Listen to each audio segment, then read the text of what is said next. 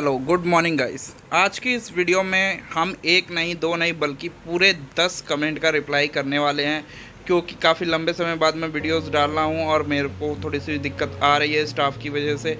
इस वजह से हम रेगुलर वीडियोस नहीं डाल पा रहे हैं, पर आज की इस वीडियो में हमने जितने भी कमेंट आए हैं लास्ट वीक वो सारे कमेंट कवर करने की पूरी कोशिश की है। यदि किसी का कमेंट रह जाता है तो वो एक बार प्लीज़ हमें दोबारा कमेंट कर दीजिएगा, हम उसका कमेंट भी अपनी इस वीडियो में शामिल कर लेंगे। तो आज हम एक कमेंट लेंगे और उन सब का रिप्लाई करेंगे कि किसके लिए क्या सॉल्यूशन हो सकता है और किसको किस प्रोसेस से अपने शेयर प्राप्त करने हैं। तो आइए एक एक करके हम कमेंट को लेना शुरू करते हैं और उसके बिहाफ पर हम आगे को वीडियो को प्रोसेस करते हैं। ये हमारे पास आया था कमेंट 7 दिन पहले। ये पूछते हैं कि सर, अगर हमारे पास फिजिकल शेयर सर्टिफिकेट हो और हमको ट्रांसमिशन रिक्वेस्ट फॉर्म भरना हो तो डिजीज शेयर होल्डर का DPID और क्लाइंट ID कहाँ से लाएं?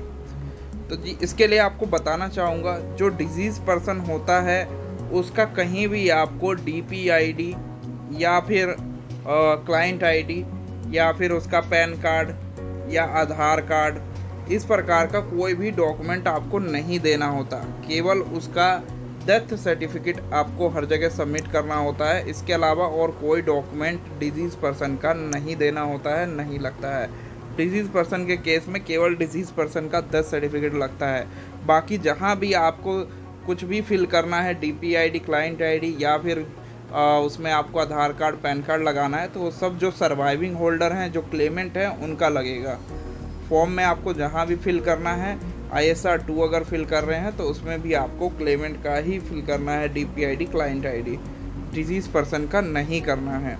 आइए दूसरा कमेंट देखते हैं। ये हमारे पास आया है, डियर सर कृपया ये बताएं फॉर्म A और फॉर्म B कितने रुपए स्टाम्प पेपर पर बनवाना है, और उसमें लिखा है पब्लिक नोटरी। इसका मतलब जी देखिए, पब्लिक नोटरी से मतलब होता है जो पब्लिक के लिए नोटराइज करके दिया जाता है। सिंपली जो आपको स्टैम्प पेपर मिलता है, आप कहीं भी किसी भी लोकल वकील के पास या टाइपराइटर के पास जाते हैं तो वो आपको नोटरी दे देता है। पब्लिक नोटरी आपकी ऑनलाइन भी निकलती है और उनके पास रहता भी है, तो वो दे देते हैं। और जो स्टैम्प पेपर बनवाना होता है, ये आपको डुप्लीकेट के केस में या ट्रांसमिशन के केस में ये आपको 500 के नॉन जुडिशियल स्टैम्प पेपर पे बनवाना होता है इंडेमनिटी, और 100 रुपीज़ के नॉन जुडिशियल स्टैम्प पेपर पे आपको बनवाना होता है एफिडेविट। तो इसमें कोई दिक्कत नहीं आती। आइए अगला कमेंट लेते हैं। When share is in joint name, second holder died in 2004 and first holder was not deleted his name and she died, then how can transmission done, please advise. जैसा मैं इस कमेंट से समझ पा रहा हूँ कि इसमें 2 होल्डर थे, एक सेकंड था और एक फर्स्ट था। तो पहले सेकंड हैंडल जो होल्डर था उनकी डेथ हो गई थी 2004 में, और जो फर्स्ट होल्डर था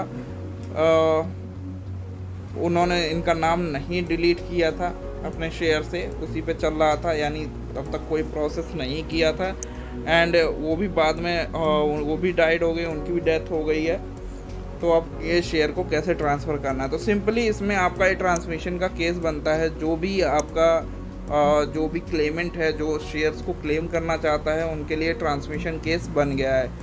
कब डेथ हुई थी, दोनों की डेथ के बीच में कितना डिफरेंस था, इससे कोई फ़र्क नहीं पड़ता है आपके लिए। सिंपली दोनों होल्डर्स अब डेथ हो गई है तो आप सिंपली ट्रांसमिशन का प्रोसेस फॉलो करेंगे, दोनों के डेथ सर्टिफिकेट लगाएंगे और जो भी ट्रांसमिशन का प्रोसेस होता है RTA के द्वारा बताया हुआ, उसको प्रोसेस को फॉलो करेंगे। तो इसमें कोई भी कॉम्प्लिकेशन नहीं आएगी, सिंपली ट्रांसमिशन का केस है। बस ओरिजिनल शेयर्स आपके पास होने चाहिए, तब आप इसको कर सकते हैं। अगला कमेंट देखते हैं। Name and address on page 2 is for minor, does it name to be filled in case of major name. देखिए, जो SS13 फॉर्म यहाँ पे बात की जा रही है, मैं एक बार SS13 आपको ओपन करके दिखा देता हूँ। ये हमने SS13 ओपन कर लिया है। यहाँ case in case of minor या मेजर, हाँ माइनर है तो आपको यहाँ पे फिल करना पड़ता है। जब तक कि वो मेजर ना हो जाए। तो यहाँ माइनर के केस में ये वाले आपको फिल करने होते हैं, माइनर के केस में। और यहाँ पे नेम आ जाएगा और यहाँ पे सिग्नेचर आ जाएगा। तो इस तरीके से आपका फॉर्म फिल किया जाता है।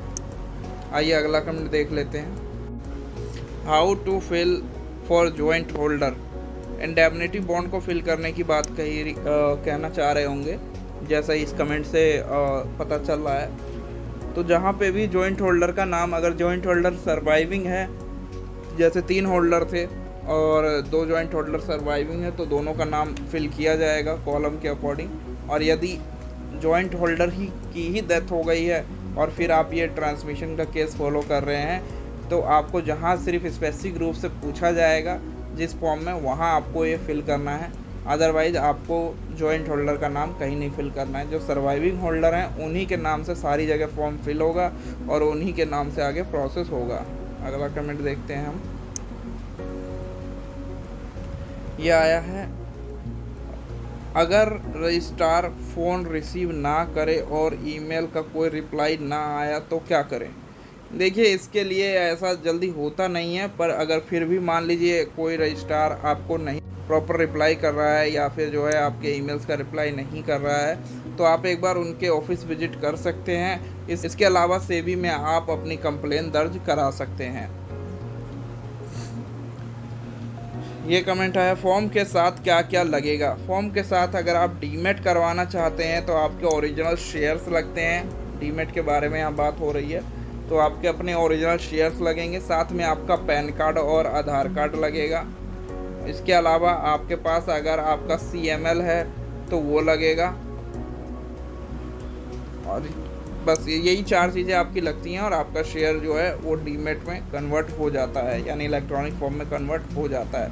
अगर आप रेगुलर ट्रेडिंग करते हैं तो आपको दिक्कत नहीं आती है और आपके डॉक्यूमेंट पूरे हैं तो भी दिक्कत नहीं आएगी। केवल ओरिजिनल शेयर चाहिए, पैन कार्ड, आधार कार्ड चाहिए, आपका CML चाहिए और आपका एक DRF फॉर्म चाहिए जो आपने फिल किया होगा। इसके अलावा और किसी चीज़ की ज़रूरत नहीं पड़ती है। एक और कमेंट आया, स्टैम्प कितने रुपए का होता है। तो इसे आप जब नेम करेक्शन के लिए एफिडेविट बनवाते हैं तो वो आपका 100 रुपीज़ का होता है। इसके अलावा और उसमें नहीं कोई लगता है। अगर ट्रांसमिशन या डुप्लीकेट है तो अलग लगता है। इसके अलावा आपका ये कमेंट आया है, sir my father was doing e stamping and died 2 years ago. Can you send me indemnity bond format regarding the claimant the amount of e-stamping account? इसके लिए आपको अपने रजिस्ट्रार से कांटेक्ट करना पड़ेगा।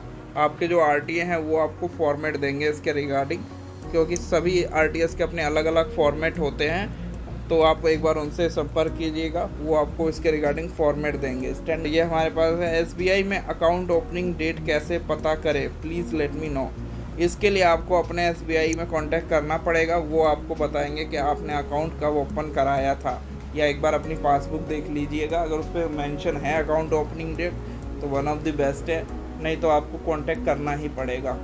आप अपने एक बार SBI के अकाउंट जो ब्रांच है वहाँ उनको ईमेल ड्रॉप कर दीजिएगा या फिर जो है उनको कॉल कर दीजिएगा।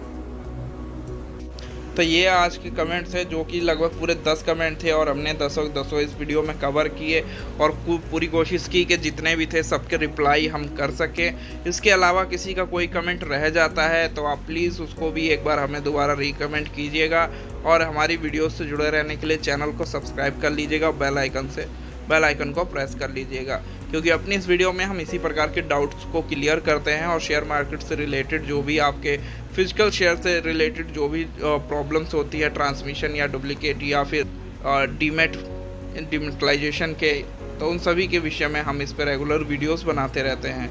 तो मिलते हैं आपसे एक और नई वीडियो में एक और नए किसी ऐसे इंटरेस्टिंग कमेंट्स या टॉपिक के साथ। तब तक के लिए धन्यवाद।